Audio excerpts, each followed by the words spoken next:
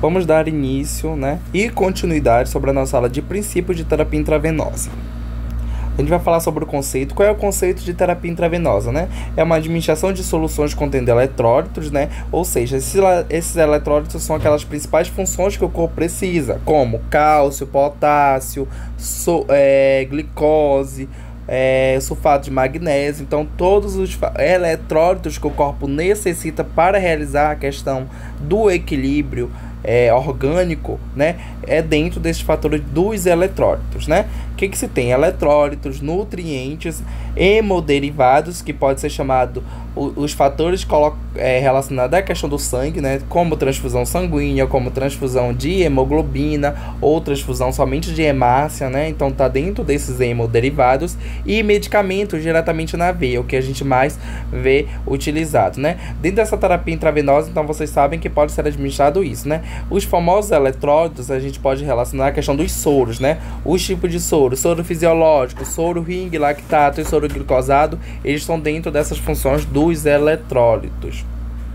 E as indicações para a terapia intravenosa, quais são, né?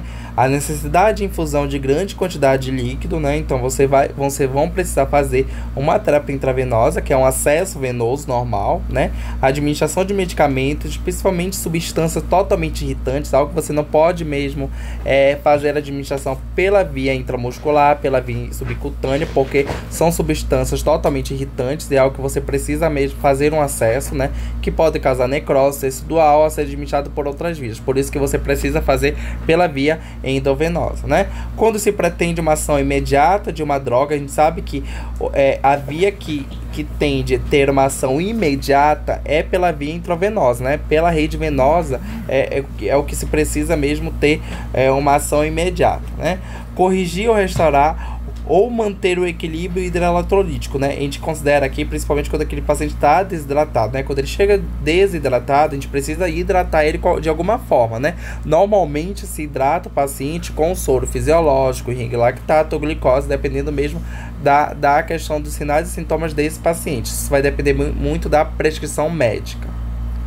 Quais são os tipos de terapia intravenosa? Nós temos a terapia de manutenção, nós temos a terapia de reposição e nós temos a terapia de correção. É algo que a gente vai ver agora na nossa aula, né? A terapia de manutenção tem como prioridade, observem bem para que a gente consiga entender, tem como prioridade a reposição das perdas insensíveis, ou seja, esse paciente ele teve perdas, então ele precisa ser reposta, né? Fornecendo nutrientes que suprem as necessidades diárias do paciente, né? O que pode ser? Água, eletrólitos e glicose, né? Pode ser essas três vias, né? Então o paciente ele precisa repor algo que ele foi perdido, né? Terapia de reposição é necessária para o suprimento de fluidos, eletrólitos e hemocomponentes, né? Em pacientes que apresentam déficit, né, devido ao estresse agudo, tais como hemorragia, plaquetopenia, vômitos, diarreia e jejum. Vamos aqui. Terapia de manutenção, quando aquele paciente ele tende a ter um consumo diário de algum nutriente, então ele necessita que faça manutenção porque ele não atingiu naquele dia um número específico de eletrólitos. Por exemplo, vamos supor que a glicose desse paciente está baixa, ele se alimentou, fez todas as atividades, só que a glicose ainda deu baixa. Então, o que vai ser administrado, né? Uma medicação glicosada para que se faça essa manutenção, que a glicose dele fique dentro dos padrões de normalidade, né? Terapia de reposição é quando o paciente ele tem grandes perdas, é algo que ele precisa se reposta, né? Fatores que precisam ser repostos. Nós temos a terapia de correção, né? A terapia de correção para perdas contínuas é alcançada com base de uma avaliação diária, sendo que a restauração do desequilíbrio hidroeletrolítico é imperiosa para a manutenção de homeostase, né? A terapia de correção vai ser para corrigir qualquer perda que esse paciente teve, né? Então, se ele teve alguma reação a algum medicamento, então vai ser também dentro desse processo de terapia de correção, né? E nós temos algumas propriedades químicas onde elas são muito utilizadas dentro da área mesmo da farmacologia, né?